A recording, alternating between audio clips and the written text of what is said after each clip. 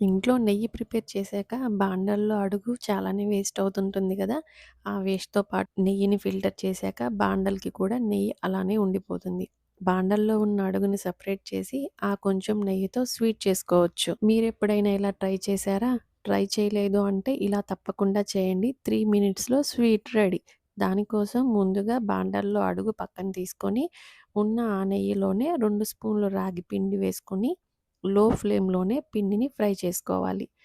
2 minutes తర్వాత మంచిగా కమ్మగా అరోమా వస్తూ ఉంటుంది. అప్పుడు హాఫ్ స్పూన్ నుంచి ఒక స్పూన్ వరకు షుగర్ లేదా బెల్లం పొడి వేసుకొని మిక్స్ చేసుకొని మరో 2 నిమిషాలు ఫ్రై చేసుకున్నాక బౌల్‌లోకి షిఫ్ట్ చేసుకోవటమే. టేస్ట్ చాలా బావుంటుంది. పిల్లలు గూడా ఇష్టంగా తింటారు. నెక్స్ట్ టైమ్ తప్పకుండా ట్రై చేయండి. ఇలాంటి వీడియోస్ కోసం ఛానల్‌ని సబ్స్క్రైబ్ చేసుకొని వీడియోని లైక్ చేయండి. Thanks for watching.